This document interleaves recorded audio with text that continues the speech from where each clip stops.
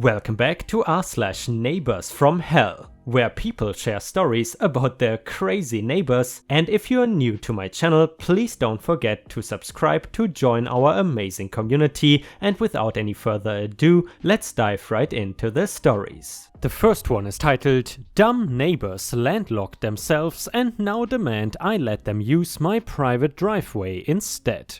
The land where I live is a little bit complicated, and my dumb neighbor made it even more so by selling some of his land without thinking something through. The way it is laid out is that on one side of the land is a main road, and that is the only official road for any of us to access from where we are. The other side of our land is woods and then eventually a lake, so the point I want to make clear is that the main road is the only way to get anywhere by car. I have built my own little road and gated it in so that I could have a path for my truck to get from the road to my house. My neighbor had a much more basic gravel road for the same thing.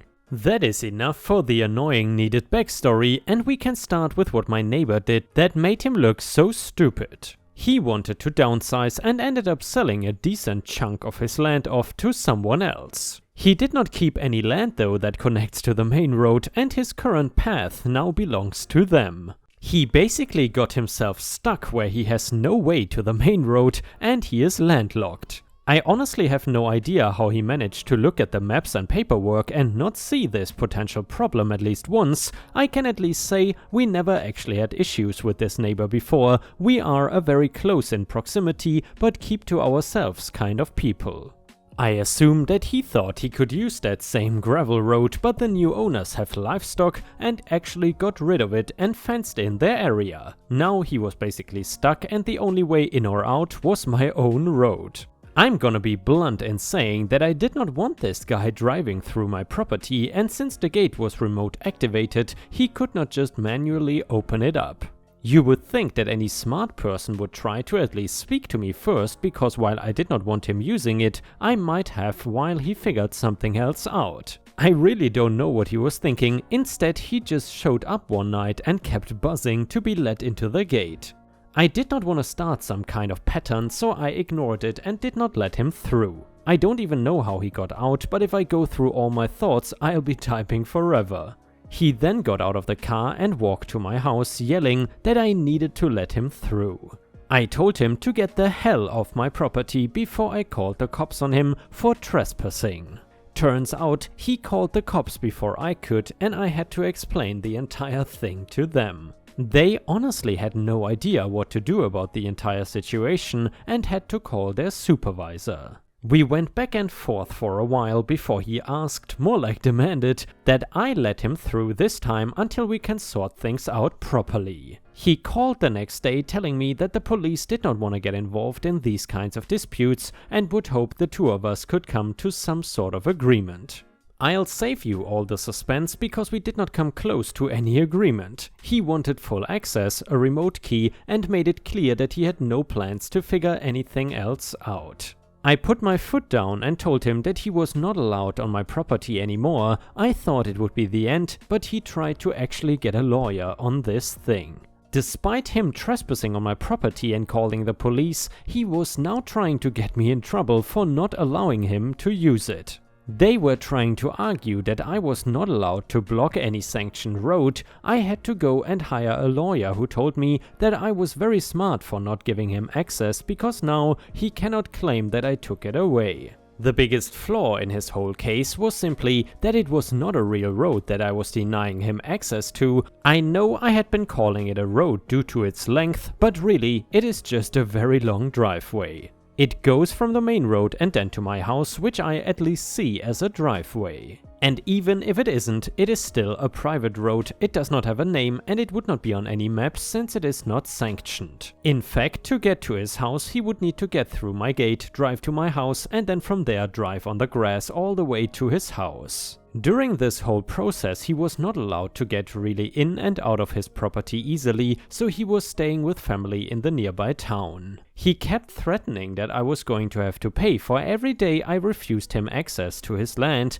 but he really had no case. The combination of it being my gated driveway and the fact he would destroy my grass going through it meant that it was in fact mine. If he tried to go on it, I had full rights to call the police and have him arrested for trespassing. That got me angry, since that is what should have happened at the start before I had to pay all of these lawyer fees. I know that I might sound harsh, but please keep in mind, he really did this to himself. He left himself with property and no way to get in and out of it. He was in control of what he sold and most likely could have given himself a small strip big enough to make a path for him to get through.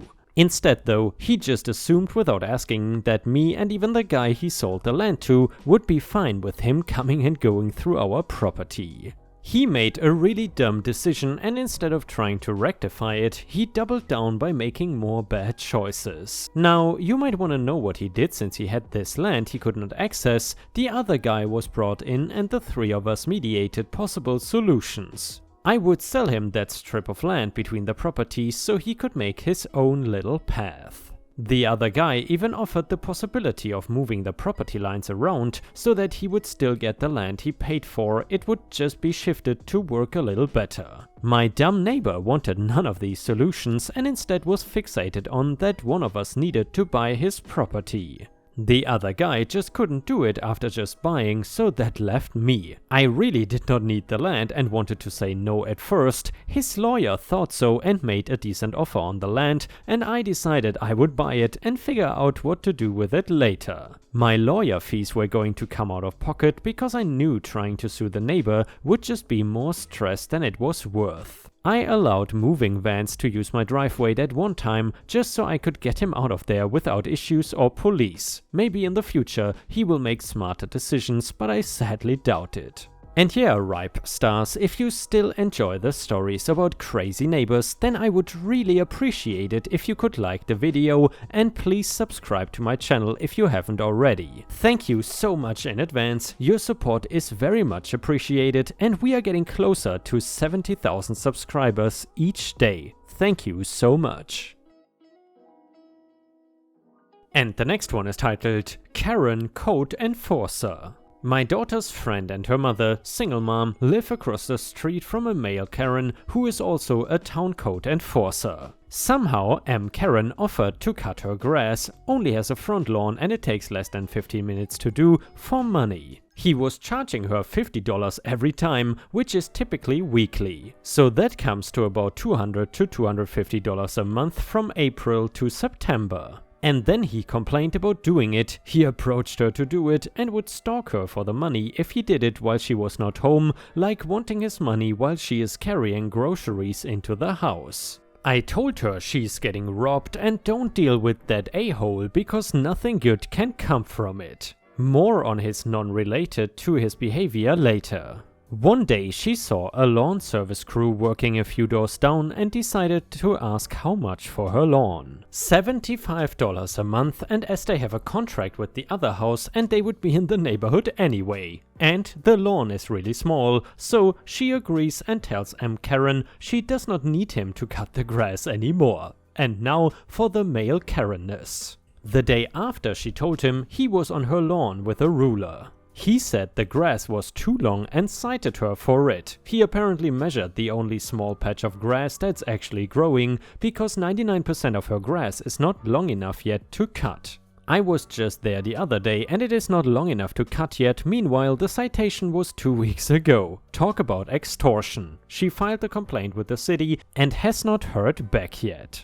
This guy though is a real piece of work. He drives up and down the side street, almost crashing his car frequently because he is looking at everyone's houses for violations. One of my favorites was my neighbor across the street who was having work done outside her house. Nothing major, just replacing a bay window and some stonework added under it. M. Karen is staring and almost hit the worker's truck. He gets out and demands to see a permit. It is posted in the glass on the storm door, literally less than 5 feet from the work they are doing. He somehow gets into it with the workers and the homeowner comes out. All I could hear is the homeowner very loudly and sternly say, "How much more prominent do you want the permit the city issued me to be?" It's exactly where it says to put it. If it's not big enough for you to see, you need to tell them to make bigger permits so you can see them. 2 days later, the homeowner got a notice that her taxes are going up because she increased the value of her house. The best part is, they were not even done doing the work yet.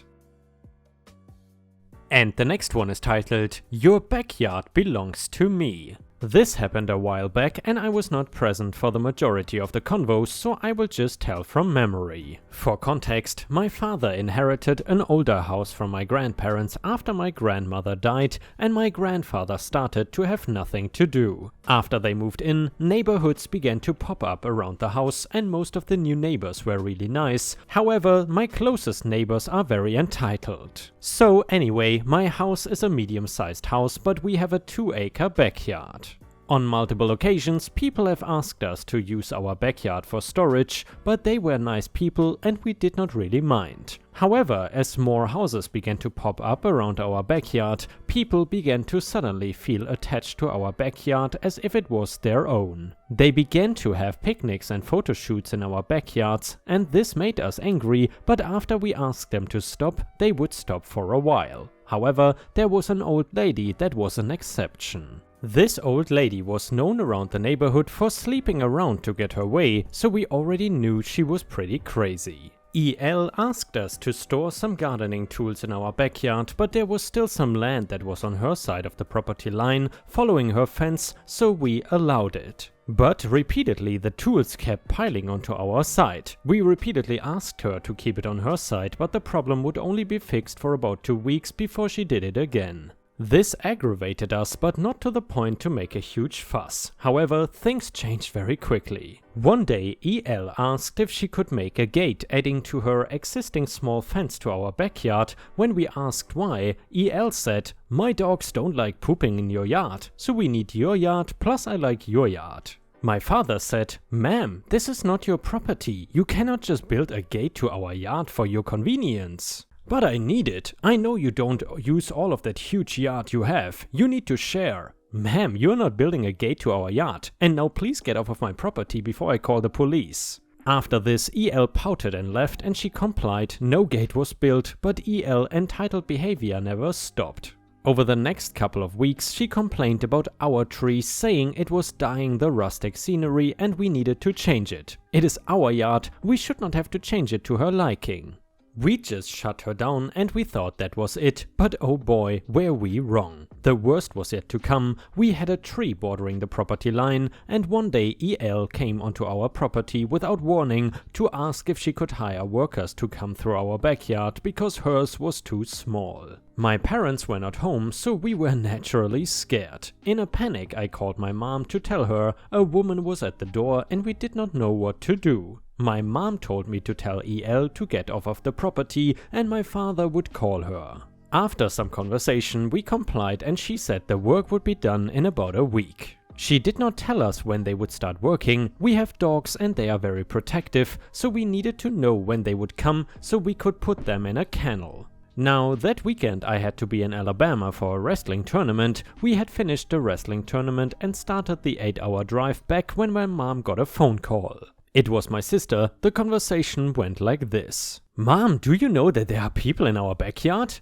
"What?" "Yeah, they have some tree trimming trucks and equipment. Should I put the dogs up?" "Yeah, put them up now. I will call you back." Now my mom continues to call EL on speakerphone. EL, "Yes? Why is there trucks in my backyard?" "We talked about this. I told you I would have workers trim the trees on my side through your yard." "You never told me they were coming today." "Calm down. An old lady like me cannot take your screaming. You need to respect me." Warning, some cursing comes next. "Respect? All you have done is not respect us. You constantly use our yard as your own."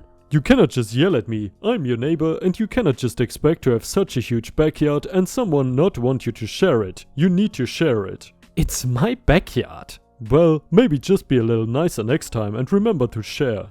EL proceeded to talk about how she was an old lady and deserved respect. She also spoke about how since she has been a nice neighbor, she deserved to be spoken nice to and not yelled at. My mother then quickly shut her down. Shortly after that, EL hung up on us. After this, my mom proceeded to tell my father of the events that just occurred. Now, my grandfather still lives with us and he helps us from time to time. My father called him and see if he could arrange a fence being made. My grandpa also had enough and had the perfect plan. My grandfather found rusty pieces of tin sheets and only prettied up the side that would face us, leaving the entitled neighbor with a rusty tin fence facing their home. We put these up shortly after the tree trimming was finished. At least she got the rustic look she wanted and we never heard from her again. I guess she got the memo. And the next one is titled Man Defeats HOA That He's Not Even a Member Of.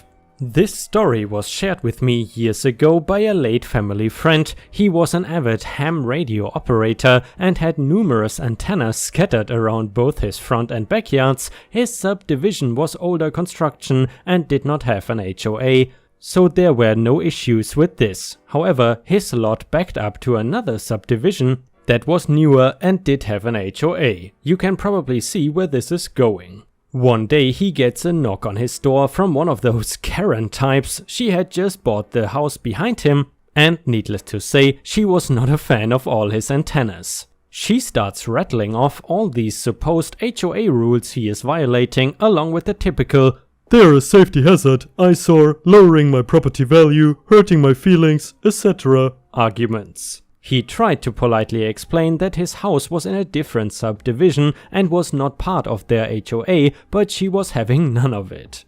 After a few weeks and a few more interactions that went just like the first one, he got a threatening form letter in the mail from the HOA's law firm. Coincidentally, his lawyer was a partner in that same firm. One phone call got that line of communication shut down instantly. And with that defeat, Karen finally gave up and he was able to go back to living in peace. Karen moved out about a year later. And the next one is the title story and it is titled Won't Let Me Plant Sunflowers? Fine. The story happened a couple of years ago, but it is my favorite lawyer story and I hope you enjoy. None of the following is legal advice. Don't take legal advice from randoms on the internet.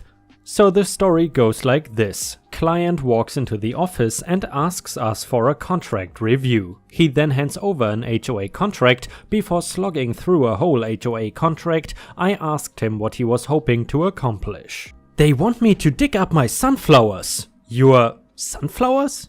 Yes, I planted a row of sunflowers outside my house. They pranced by and said that sunflowers are not allowed per the contract I signed. So I want you to tell me if that is true or not. Sir, before anything else, I need to tell you that this will likely be an hourly fee bill. HOAs are notorious for dragging things out, so these could quickly become expensive sunflowers. I don't care. This is America and I should be able to plant sunflowers, god damn it.